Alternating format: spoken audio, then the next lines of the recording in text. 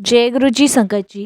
संगत जी, गुरु जी के divine call सत्संग प्लेटफॉर्म में आप सभी गुरु परिवार का हार्दिक स्वागत है। शुक्राना गुरु जी महाराज का कि उन्होंने ये सेवा मुझे दी कि मैं आप सभी गुरु परिवार के समीप आके गुरु जी के कल्याण महिमा अनुभव का वर्णन कर पा रही हूँ। अनंतम शुक्राना मेरे गुरु जी महाराज का। संगत जी, आज का जो सत्संग मैं आप सभी के साथ शेयर कर रही हूँ वो एक संगत आंटी का है जो कि अपना नाम गुप्त रखना चाहती हैं। संगत जी, ये सत्संग हमें मेल के माध्यम से प्राप्त हुआ है और संगत जी बहुत ही ब्लेसिंगफुल सत्संग है, डिवाइन सत्संग है।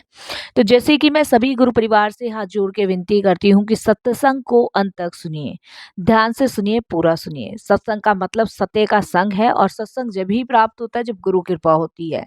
लेकिन जाने अनजाने में संगत जी आप लोग सत्संग को अनदेखा करते हैं और फिर आपकी बहुत सारी शिकायतों के पिटारे गुरु जी के सामने खुलते हैं। संगत जी, जब हम अपनी पूरी ब्लेसिंग्स ही नहीं प्राप्त करेंगे तो कैसे अपने दुख तकलीफ और रोगों से मुक्ति पाएंगे। आज की डेट में संगत जी हर एक इंसान परेशान है, सबकी जिंदगी में उतार चढ़ाव है। किसी को रोग की बीमारी है, किसी के दुख है, किसी की आर्थिक समस्या है, किसी की कुछ, किसी की कुछ, किसी की कुछ।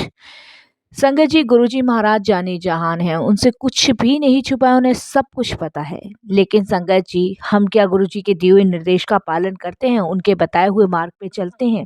नहीं संगत जी, जाने अनजाने हम वो गलतियां करते हैं जिसकी वजह से हम अपनी ब्लेसिंग से वंचित रह जाते हैं। मैं हर सत्संग में आपसे रिक्वेस्ट करती हूँ, रिक्वेस्ट करने का कारण ही यही है संगत जी कि सत्संग को सुनिए, पूरा सुनिए, ध्यान से सुनिए। आप जब ध्यान से सुनेंगे तो सत्संग में आपको सब समझ आएगा कि गुरुजी हमें क्या कहना चाहते हैं, कौन सी ब्लेसिंग्स देना चाहते हैं, कौन से सत्संग के माध्यम से दुख कट रहे हैं, रोग कट रहे हैं, कौन सी परेशानियों से गुरुजी हमें बाहर निकाल रहे हैं।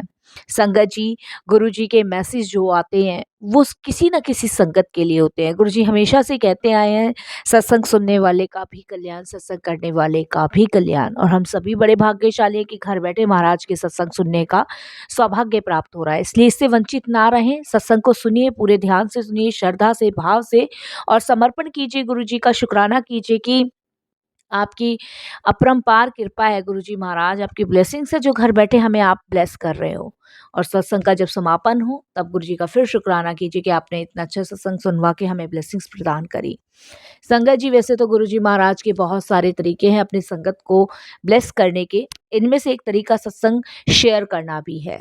जब हम सत्संग को शेयर करते हैं तो संगत जी, सत्संग शेयर करने से न जाने कितनी संगत गुरुजी महाराज की जुड़ती है। उस समय उस संगत का तो कल्याण होता ही होता है, साथ में आपका भी होता है। और अगर आप भी अपने सत्संग अनुभव शेयर करना चाहते हैं तो हिंदी में साफ राइटिंग में अपना सत्संग को लिखिए और हमारी जीमेल आईडी पर सेंड कीजिए। हमारी जीमेल आईडी का लिंक डिस्क्रिप्शन बॉक्स में दिया गया है सत्संगत जी। और सत्संग आपको पसंद आता है तो आप इसको लाइक कीजिए, सब्सक्राइब कीजिए, ज़्यादा से ज़्यादा संगत में शेयर कीजिएगा और बेल आइकन दबाना बिल्कुल नहीं भूलिएगा। जब भी कोई लेटेस्ट सत्संग आएगा उसका नोटिफिकेशन आपके पास आएगा। तो चलिए संगत जी, चलते हैं संगत आंटी के सत्संग की ओर। और सत्संग शुरू करने से पहले करेंगे गुरु जी का मंत्र जाप। ओम नमः शिवाय, शिव जी सदा सहाय। ओम नमः शिवाय, गुरु जी सदा सहाय। जय गुरु जी संगत जी। संगत जी, मैं अपना नाम गुप्त रखना चाहती हूँ, अभी गुरु जी की आज्ञा नहीं है। जब गुरु जी की आज्ञा होगी तो मैं अपना नाम भी शेयर करूंगी। ये मेरा शुक्राना सत्संग है और पहला ही सत्संग है, कोई भूल चूक होती है तो साथ संगत जी क्षमा कीजिएगा। सत्संग को मैं अपने गुरु जी के मंत्र जाप से ही शुरू करूंगी। ओम नमः शिवाय, शिव जी सदा सहाय। ओम नमः शिवाय, गुरु जी सदा सहाय। गुरु जी का लख लख बार शुक्राना और सारी संगत जी को जय गुरु जी। संगत जी, 2024 में 22 नवंबर को मैं गुरुजी से जुड़ी थी। संगत जी, 2024 में ही नवंबर से 2 महीने पहले से ही एक आंटी हमें गुरुजी के पास चलने के लिए बहुत बार कह चुकी थी, पर संगत जी शायद उस समय गुरुजी का बुलावा नहीं था। संगत जी, कभी मेरा मन नहीं होता था तो कभी मेरे अंकल का मन नहीं होता था। इस वजह से संगत जी हम गुरुजी के दरबार नहीं जा पाए और ना गुरुजी से जुड़ पाए। उन दिनों संगत जी मेरी तबीयत बहुत ज़्यादा खराब रहती थी, लेकिन वो बार-बार हमें एक ही चीज़ कहती थी कि तुम एक बार गुरुजी के बड़े मंदिर चल के देखो। वहाँ जाके तो देखो, तुम्हारे सब दुःख तकलीफ़ जो भी हैं, वो सब दूर हो जाएँगे। संगत जी, बट विश्वास हमारा कम था और हमने कभी बाबा वगैरह, गुरु वगैरह बनाए भी नहीं थे, तो एक रीज़न ये भी था कि हम नहीं जाना चाहते थे। बट संगत जी, मैं अपने हस्बैंड से डिस्कस भी करती थी, तो वो कोई ना कोई बहाना मार देते थे कि तुम ठीक हो जाओ, फिर हम जाएँगे या कभी फिर देखेंगे। ऐसे करके गुरुजी का शायद ये कह लीजिए कि बुलावा नहीं था, इसलिए मैं, मेरे हस्बैंड इस चीज़ को टाले जा रहे थे और संगत जी, हम उनके कहने से गुरुजी के पास नहीं गए।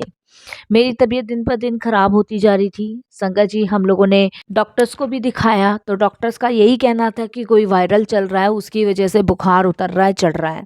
लेकिन संगत जी, मेरी पूरी बॉडी में बहुत ज़्यादा दर्द रहता था, बहुत ज़्यादा वीकनेस रहती थी। मुझे बिल्कुल भी ना तो कुछ खाने का मन करता था और ना ही मुझे कुछ अच्छा लगता था। ये समझ लीजिए संगत जी कि मैं पूरे दिन बिस्तर पे पड़ी रहती थी। कुछ भी मेरे को, ये समझ लीजिए, कुछ भी चीज़ अच्छी नहीं लगती थी। सब कड़वी-कड़वी, कभी बुखार उतर जाता था, कभी चढ़ जाता था। संगत जी, 1 हफ्ते से ऊपर हो गया, लेकिन फिर भी मेरी हालत में कोई सुधार नहीं था। उस दिन संगत जी, आंटी फिर हमारे घर आईं और उस दिन आंटी से जब बात हुई, तो वो मुझे बोलती हैं कि मैंने तुम्हें पहले भी कहा था कि एक बार तुम लोग हमारे साथ चलो, गुरुजी के मंदिर चलो तो सही, एक बार चलो। मैं कब से तुम लोगों के पीछे पड़ रही हूँ। पर संगत जी, हमें उनका पीछे पड़ना समझ नहीं आ रहा था उस समय। हमें लग रहा था कि ज़बरदस्ती ये पीछे पड़ी हुई हैं कि गुरुजी के दरबार चलो, गुरुजी के दरबार चलो। पता नहीं क्यों इतना पीछे पड़ रहे हैं। वो होता है ना संगत जी कि एक चीज़ के लिए इंसान अगर पीछे पड़ जाता है बार-बार, तो अच्छी चीज़ कम आती है, बुरी चीज़ ज़्यादा आती है। तो मेरे हस्बैंड मुझसे कहने लगे, पता नहीं ये आंटी को क्या हो गया, बार-बार पीछे पड़ी हुई हैं कि बड़े मंदिर चलो, बड़े। ये नहीं पता था संगत जी कि गुरुजी का बुलावा है, गुरुजी बुला रहे हैं। लेकिन संगत जी, हम उनको कहने लगे कि हाँ, मेरे हस्बैंड ने उनको कहा कि जब ये ठीक हो जाएगी तब हम ज़रूर चलेंगे। इस तरीके से मेरे हस्बैंड ने टाल दिया। संगत जी, मेरे हस्बैंड ने उसी शाम को मुझे एक डॉक्टर को दिखाया और उनको बोला कि 1 हफ्ता हो गया है, कोई इसको आराम नहीं मिल रहा है, कभी बुखार चढ़ता है, कभी उतर जाता है और पता नहीं इसको भूख भी नहीं लग रही है, वीकनेस भी बहुत ज़्यादा है। तब डॉक्टर ने कहा कि 1 हफ्ता हो गया है, तो 1 हफ्ते के बाद आप टेस्ट करवा लीजिए, क्योंकि अब तो टेस्ट में ही पता चलेगा क्या है, क्या नहीं है। संगत जी, टेस्ट हुआ मेरा, रिपोर्ट आने में भी 2 दिन बाकी थे। 2 दिन बाद संगत जी मेरी रिपोर्ट आई। जब मेरी रिपोर्ट आई तो संगत जी मुझे डेंगू निकला और डेंगू निकलने के बाद संगत जी मेरी प्लेटें जो थी वो कम हो गई थी। डॉक्टर का कहना था कि एडमिट करना पड़ेगा। संगत जी, अब एडमिट करने के नाम से हस्बैंड थोड़ा-सा घबरा रहे थे, क्योंकि संगत जी प्राइवेट अस्पताल था और खर्चा बहुत आ सकता था। तो मेरे हस्बैंड मुझे गवर्नमेंट के लिए कह रहे थे। मैंने कहा गवर्नमेंट में एडमिट तो कर दोगे, लेकिन आपको पता ही है कि वहाँ कैसी देखभाल होती है। तो मेरे हस्बैंड कहते हैं यही मैं सोच रहा हूँ, मैं अपने ऑफ़िस से थोड़े से पैसों का इंतज़ाम करता हूँ। क्योंकि संगत जी, वही वाली बात है कि जब ज़रूरत का समय होता है ना, तब आदमी के पास पैसों की भी कमी हो जाती है। तो वही कुछ हमारे भी हालात ठीक नहीं चल रहे थे। मैंने जैसे आपको बताया कि संगत जी, हमारे दिमाग में नेगेटिविटी ज़्यादा आ जाती है और ये नहीं सोचा हमने कि गुरुजी ने हमारा कल्याण करना था, इसलिए वो हमें बुला रहे थे।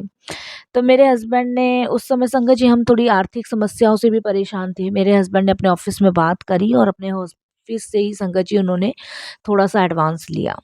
एडवांस लेने के बाद संगत जी, मुझे हॉस्पिटल में एडमिट करवाने के लिए मेरे अभी हस्बैंड प्लान ही बना रहे थे, क्योंकि संगत जी हॉस्पिटल में एडमिट करने के लिए उन्होंने मेरी मदर इन लॉ को कॉल किया था कि ये एडमिट होगी तो आप आ जाओ बच्चों के देख-भेख के लिए। तो संगत जी, मेरे हस्बैंड अभी डॉक्टर से बात ही कर रहे थे कि संगत जी, इतने में वो आंटी का फिर से आना हो गया। और संगत जी, जब उन आंटी का आना हुआ तो फिर उन्होंने देखा, तब मेरे हस्बैंड ने बोला कि इसे हॉस्पिटल एडमिट करना पड़ेगा, क्योंकि प्लेटें बहुत कम है, डॉक्टर का कहना है। तो कल मम्मी आ जाएगी तब मैं एडमिट करूँगा। तो वो आंटी फिर से एकदम से गुरुजी की बात लेके बैठ गईं। तो उन्होंने फिर से, मतलब मेरे हस्बैंड को कहा कि आप मेरी बात मानो, एक बार गुरुजी के पास चलो। चलो तो सही, एक बार गुरुजी के पास चलने के लिए उन्होंने कहा। तो मेरे हस्बैंड मना नहीं कर पाए उस समय, क्या हुआ, क्या नहीं हुआ। तो उन्होंने फिर आंटी को कहा कि आंटी, ये जब ठीक हो जाएगी ना, बिल्कुल ठीक हो जाएगी, अभी तो कल मैं इसे हॉस्पिटल में एडमिट करवा रहा हूँ। जब ये ठीक हो जाएगी तो फिर हम जो है गुरुजी के बड़े मंदिर चलेंगे। देखिए संगत जी, कैसे हम लोग टाल रहे हैं, कैसे गुरुजी बुला रहे हैं, कैसे उन्हें हमारा कल्याण करना है। उसके बाद संगत जी, अभी मेरे हस्बैंड उनको ये बोल ही रहे थे कि संगत जी, इतने में डॉक्टर का फ़ोन आता है कि आप कल सुबह 11 बजे तक इन्हें ले आएँ और फिर आप मतलब इतना बड़ा हॉस्पिटल नहीं है तो संगत जी क्लिनिक ही, और डॉक्टर जो हैं वो जान-पहचान के ही हैं। तो मेरे हस्बैंड कहते हैं ठीक है। तो उसके बाद संगत जी उसी रात को मुझे एक ड्रीम आता है गुरुजी का। उस ड्रीम में मैं देखती हूँ कि गुरुजी महाराज मुझे इशारा करते हैं और संगत जी मैं गुरुजी के पास जाती हूँ। तो जब मैं गुरुजी के पास जाती हूँ तो संगत जी उनके पास एक थाली होती है जिसमें सरसों का साग और रोटी होती है, जिसमें से गुरुजी महाराज एक निवाला तोड़ के मुझे खिलाते हैं और कहते हैं कि अब तू ठीक हो जाएगी और मेरे बड़े मंदिर आ मेरा शुक्राना करने। इस तरीके से सिर्फ गुरुजी महाराज संगत जी मुझे कहते हैं और उसके बाद मेरी आँख सुबह खुल जाती है। जब मेरी सुबह आँख खुलती है तो संगत जी मेरे हस्बैंड मुझे हॉस्पिटल ले जाने की तैयारी करते हैं। इतने में मैं अपने हस्बैंड को कहती हूँ कि मुझे अभी हॉस्पिटल नहीं जाना है, आप मुझे ना बड़े मंदिर लेके चलो। मेरे हस्बैंड कहते हैं कि अभी हम बड़े मंदिर नहीं जाएँगे, जब तुम ठीक हो जाओगी पूरी तरीके से तो मैं तुम्हें बड़े मंदिर ले चलूँगा, अभी हमें हॉस्पिटल जाना है क्योंकि तुम्हें अच्छे से पता है तुम्हारी प्लेटें गिरी हुई हैं। उस समय संगत जी मेरी उठने की हालत नहीं थी, बिल्कुल भी हालत नहीं थी, ये समझ लीजिए। मैं अपने हस्बैंड से ज़िद करने लगती हूँ कि नहीं, मुझे अभी बड़े मंदिर जाना है और आप जो है ना आंटी को बुलाओ और उनको बोलो बड़े मंदिर जाने के लिए। तो मेरे हस्बैंड कहते हैं नहीं अभी नहीं जाना है, तुम्हें रिपोर्ट पता ही है, अभी तुम ठीक हो जाओ तब जाना है। ज़िद करने लग जाती हूँ। मेरे हस्बैंड कहते हैं ठीक है जैसी तुम्हारी मर्ज़ी, और ज़्यादा कुछ हो गया फिर तुम देखना। मेरे हस्बैंड बहुत गुस्सा करते हैं और वो आंटी को फ़ोन करते हैं। मैं उन आंटी का नाम नहीं लेना चाहूँगी संगत जी सत्संग में, क्योंकि अभी गुरुजी की आज्ञा नहीं है, पहला ही सत्संग है। तो जब गुरुजी की आज्ञा होगी तो मैं उन आंटी का भी नाम शेयर करूँगी और अपना भी। तो उन आंटी को कॉल करते हैं, तो वो आंटी तो बहुत खुश हो जाती हैं। तो वो मेरे हस्बैंड को कहती है ठीक है। तो संगत जी उस दिन शुक्रवार का दिन था और मंदिर शाम को खुलता था। तो मेरे हस्बैंड और गुस्सा हो जाते कि मंदिर शाम को खुलेगा, अभी पूरे दिन क्या करोगी और तबीयत ज़्यादा ख़राब हो जाएगी। उधर डॉक्टर का भी फ़ोन आ रहा था। उधर संगत जी मेरी मदर इन लॉ भी आने वाली थी। तो संगत जी बड़ी टेंशन में, मेरे हस्बैंड बहुत गुस्सा कर रहे थे, बट मैंने कहा नहीं, अब चाहे कुछ भी हो जाए घर में, चाहे कलेश हो चाहे कुछ हो, मुझे गुरुजी के बड़े मंदिर जाना है क्योंकि मैंने ड्रीम दर्शन देखा था। जबकि संगत जी उससे पहले आंटी ने मुझे गुरुजी का स्वरूप दिखा दिया था। तो संगत जी ठीक है, गुस्से में ही गए हस्बैंड बड़े मंदिर, लेकिन मेरे साथ गुरुजी के बड़े मंदिर जब मेरे हस्बैंड गए वहाँ पहुँचे, तो वहाँ पे संगत जी मेरे हस्बैंड ने मंदिर देखा, मैंने मंदिर देखा, तो हम मैं और मेरे हस्बैंड की तो आँखें फटी की फटी रह गई। जबकि संगत जी मैं उस अवस्था में बिल्कुल भी नहीं थी कि मैं गुरुजी के बड़े मंदिर जा सकूँ। बड़े मंदिर जाने के बाद संगत जी हमने वहाँ दर्शन किए। दर्शन करके संगत जी वहाँ पे लंगर हॉल था, जब सेवादारों ने हमें अंदर किया, तो वहाँ लंगर हॉल था। पहले दर्शन किए, माथा टेका, अच्छा लगा, शांति मिली, सुकून मिला।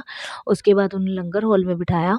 तो संगत जी जो मैंने लंगर अपने ड्रीम में देखा था, सरसों का साग और रोटी, और संगत जी वही लंगर मुझे गुरुजी के उसमें मिला, लंगर में। संगत जी रोटी, सरसों का साग, चटनी, प्रसाद, ये सब कुछ मुझे उस लंगर की थाली में मिला। मैं संगत जी बहुत अचंभे में थी कि मैंने यही तो ड्रीम में देखा था और यही मुझे यहाँ मिल रहा है। संगत जी मैंने उसको खाया, जबकि संगत जी मैं कुछ भी नहीं खा पी रही थी। मेरे हस्बैंड भी मुझे वहाँ देखते के देखते रह गए कि ये इतने दिन से कुछ खा पी नहीं रही है, अचानक से ये कैसे मतलब ये लंगर खाने लग रही है।